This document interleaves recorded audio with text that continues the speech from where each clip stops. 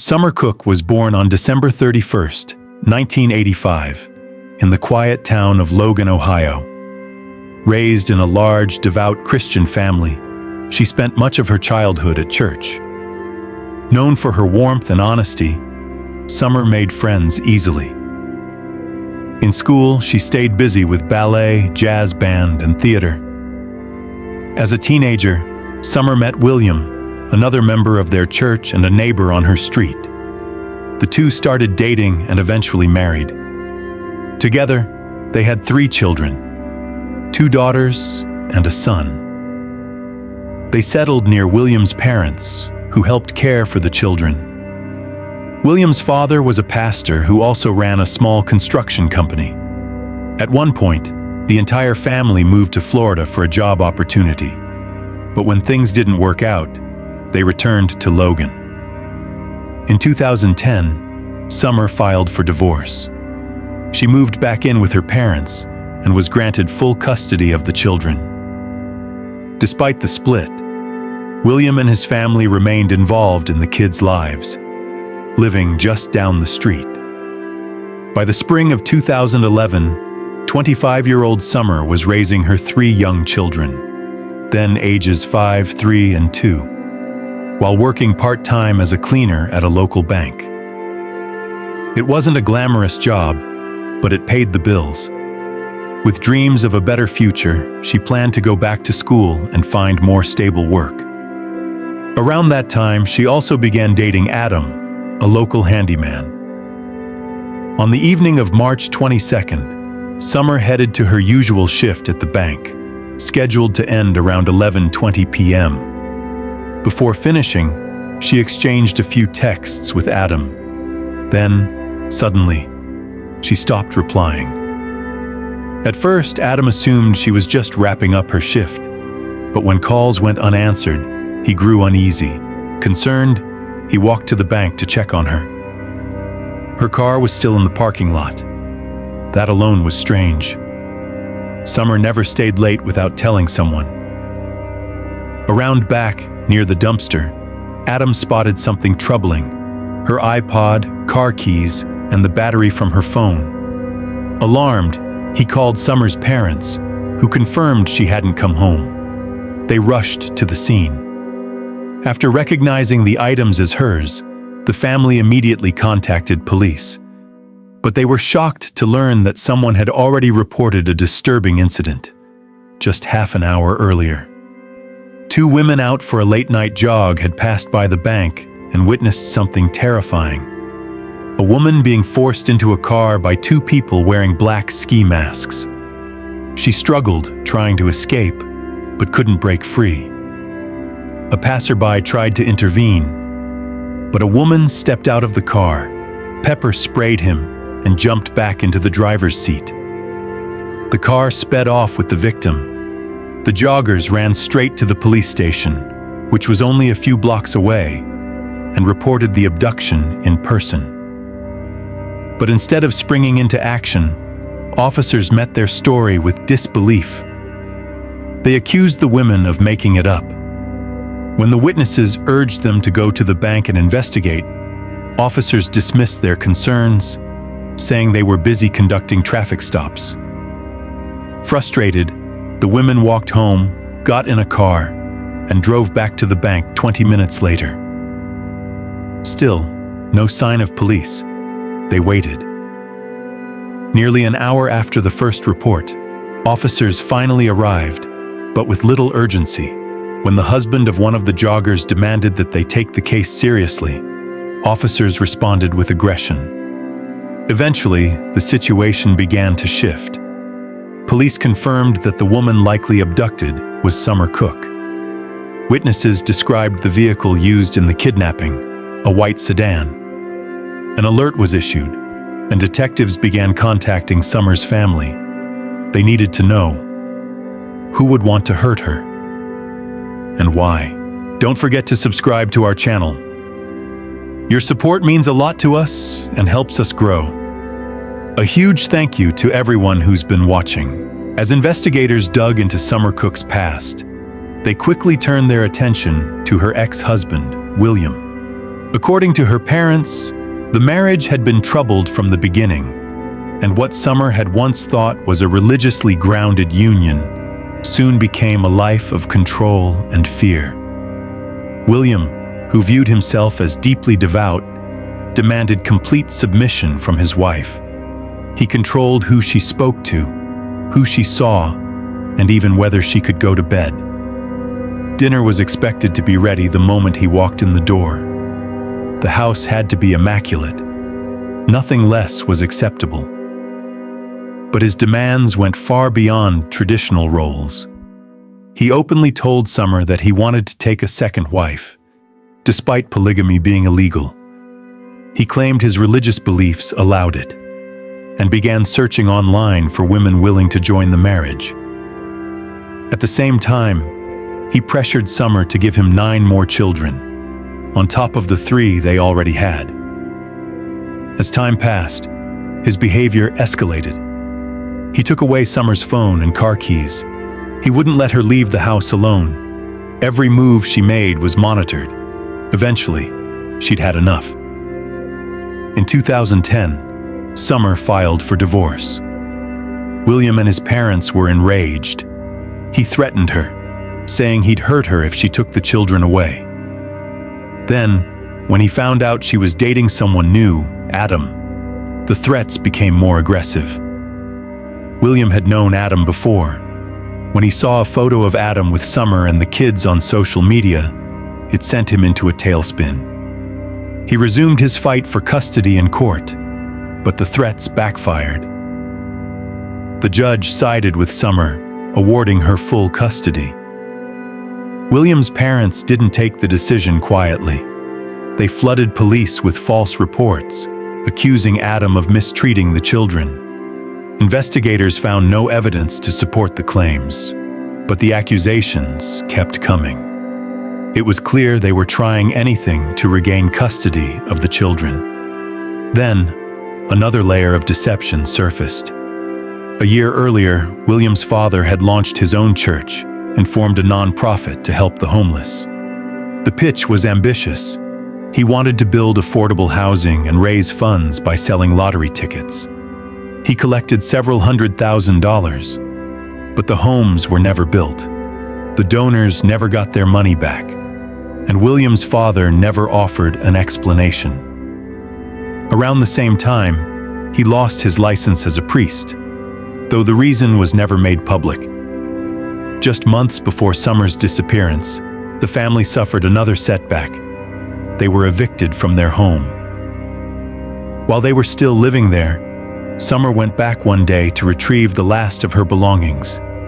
She brought Adam to help and asked the police to send an officer. She didn't trust William's family to stay calm. Her instincts were right. The moment they arrived, William's father confronted them and demanded Adam leave the property.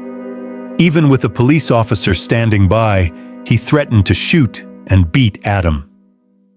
When the officer intervened, William's father snapped. He lunged and tried to tackle the officer. He was arrested and later given a suspended sentence.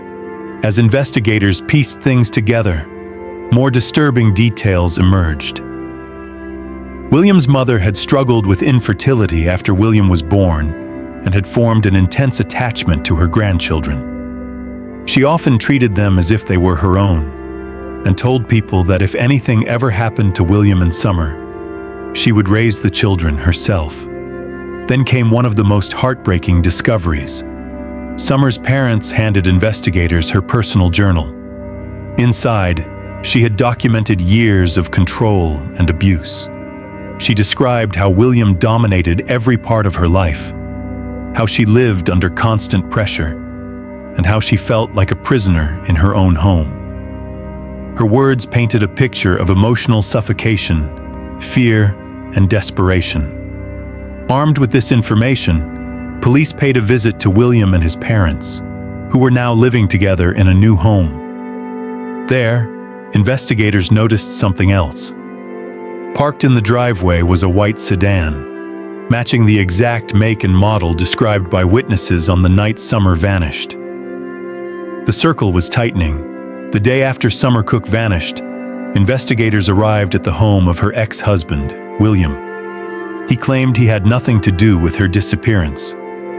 According to him, he and his parents had been out of town that night, 3 hours away in Cleveland, looking at houses.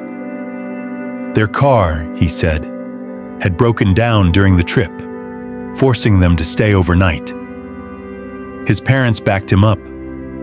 William told detectives he hadn't seen Summer in days, not since he dropped off the children. But investigators weren't taking his word for it. They secured a warrant to search the family's home and vehicle, hoping to find something that could poke holes in their story. Inside the house, they found a GPS device. When they pulled the data, something immediately stood out. The GPS had been shut off at 5:30 p.m. on the night Summer went missing, just before the abduction, and wasn't turned back on until 7:30 the next morning. Even more telling, the last recorded location before the shutdown wasn't Cleveland. It was Logan. The next morning, the GPS showed that the family visited a car wash. Investigators obtained surveillance footage that confirmed it. The video showed William and his parents meticulously cleaning the vehicle inside and out, scrubbing every surface and even changing the tires. 8 days passed before police were ready to move. They followed every lead they could, searched surrounding areas, and conducted interviews. Still, there was no sign of Summer. When it became clear the family had lied about their alibi, police brought William and his parents in for questioning. Both William and his father denied any involvement. But when they turned to William's mother, everything changed. She broke almost immediately. She admitted Summer was dead and began to unravel the story. The family, she said, was furious that the court had granted Summer full custody of the children. They'd been pressuring her to give them more time with the kids, but Summer had grown increasingly wary of William's aggression. She didn't feel safe leaving the children with him or his family. So they devised a plan: abduct her, scare her, and force her to agree to their terms. But something went terribly wrong.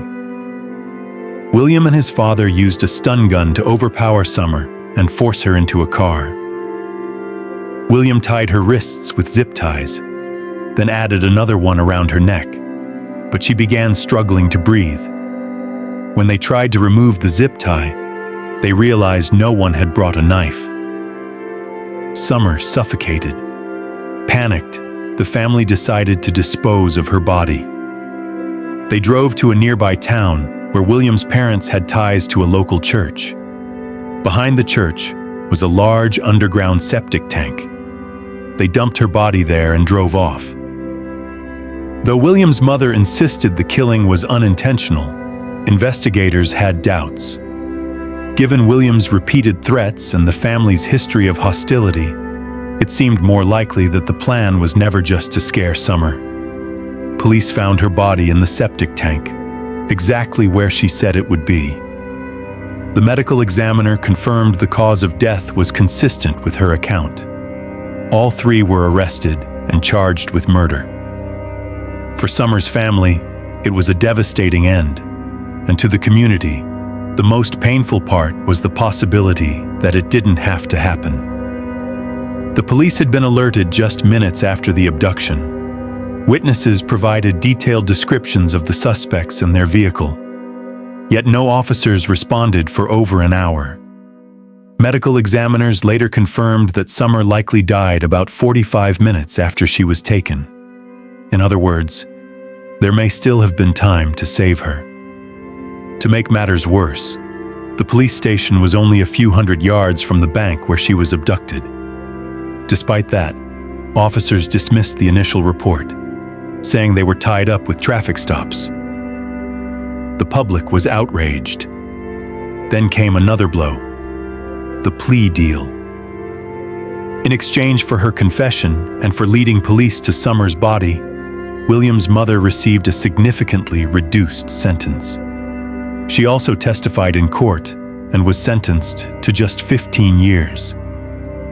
She could be out as early as 2028. William and his father weren't so fortunate. Both were convicted and sentenced to life in prison. In the months after Summer's death, her 3 children moved in with their grandparents, Summer's parents. For a while, they didn't know how to tell the children the truth. The kids kept asking when they'd see their mom again, or their grandparents, or their dad. Eventually, with help from a child psychologist, Summer's parents explained what had happened. They worried the oldest child might hear about the case at school, especially since the story had spread through the small town of Logan. On occasion, strangers would even approach the children in public to express condolences. Concerned for their emotional safety, Summer's parents considered changing the children's last names to protect them from a future forever tied to this tragedy. Today, Summer's children are older. The family keeps a low profile. As for William's mother, her release date looms. It remains unclear whether she will be legally barred from contacting her grandchildren. But given her past, some fear she may try. Share your thoughts on this story in the comment section. And don't forget to hit the like button and subscribe if you enjoyed this video. Thank you for watching.